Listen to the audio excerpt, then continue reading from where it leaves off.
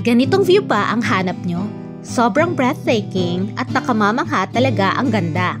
Ito ang hidden gem ng Baras, Catanduanes na matatagpuan sa Barangay Ginsaanan. Pagdating nyo sa lugar, diretso na kayo sa information desk. Mandatory ang guide sa kanila. 3:1, 3 guests, 1 local guide. Ayun nga, hindi pa nagsisimula, may injury na agad. Buti na lang, always ready sila at may medkits at gamot. Thank you sa aming naging guide, mabait at maalaga. Start na kaming mag-hike. Pangalawang akyat ko na nga pala sa lugar na ito. Last time, nakapang hiking attire pa ako. Pero dahil super minor hike lang naman ito, around 15 to 30 minutes lang, naka-outfit na kami pati anak ko para maganda sa picture-picture. Huling punta ko dito, wala pa tong tulay na daanan. Doon kami dumaan sa dinaanan nila ngayon. Sa tulay nga pala, 1 person at a time lang ang pwede.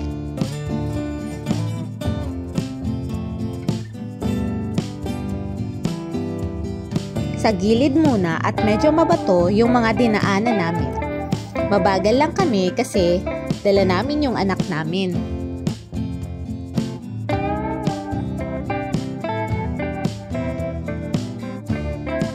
Tuloy-tuloy lang sa gilid ang daan at makikita nyo medyo basa ang mga bato at lupa. Hindi pa naman umuulan pero nilagyan namin ng sombrero si Iya. Baka kasi bigla umambon. After sa gilid, nagsimula na kami umakyat ng bundok.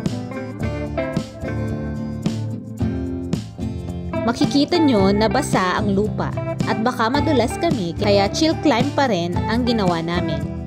Nga pala, don't forget to bring water and stay hydrated. Hindi naman siya puro paakyat, madami rin naman patag katulad nito.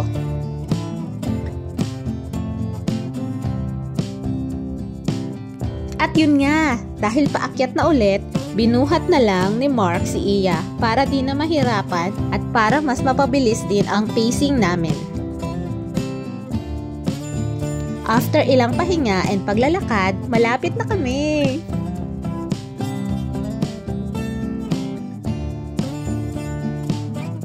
Sa bungad, nakita namin na may kotse sa itaas. May daanan pala para sa kotse dito, pero private property pala yung daan, sabi ng aming guide. Hindi ko na masyado inusisa. At ito na nga ang bumungad sa amin. Simula pa lang to, pero sobrang ganda na. Yung may kotse is 0.3. Uunahin muna natin yung 0.1. So, lakad ulit.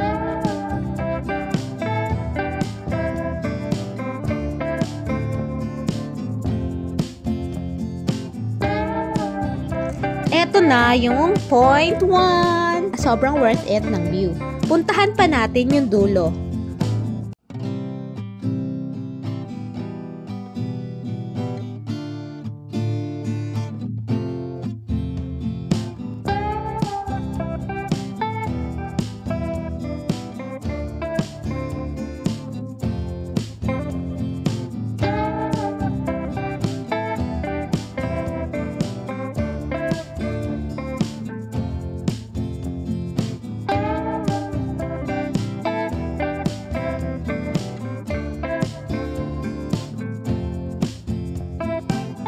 Tuloy-tuloy lang ang lakad para marating natin ang dulo.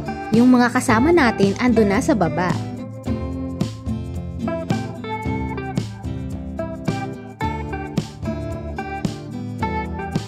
Ito yung dadaanan natin papuntang baba.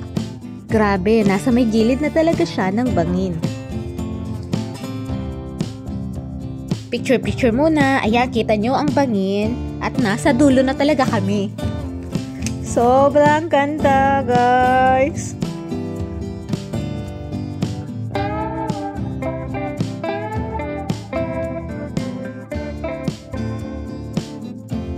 Dahil tapos na naming mapagmasdan ang paligid at photo ops, umakyat na ulit kami. At next ay ang 0.2. Yung kabilang peak ang 0.2. Magkatabi lang sila kaya mabilis din namin itong narating.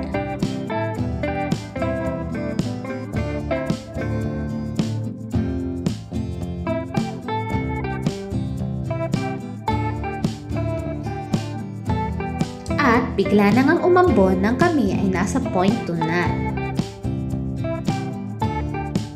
Ito ang view sa point 2.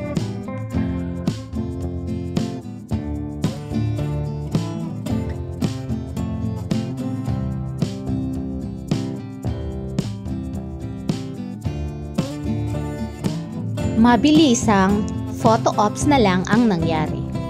At dahil medyo lumakas nga ang ulan, napagdesisyonan namin na hindi na kami pumunta sa point 3. Ito nga pala yung point 3. Ayan.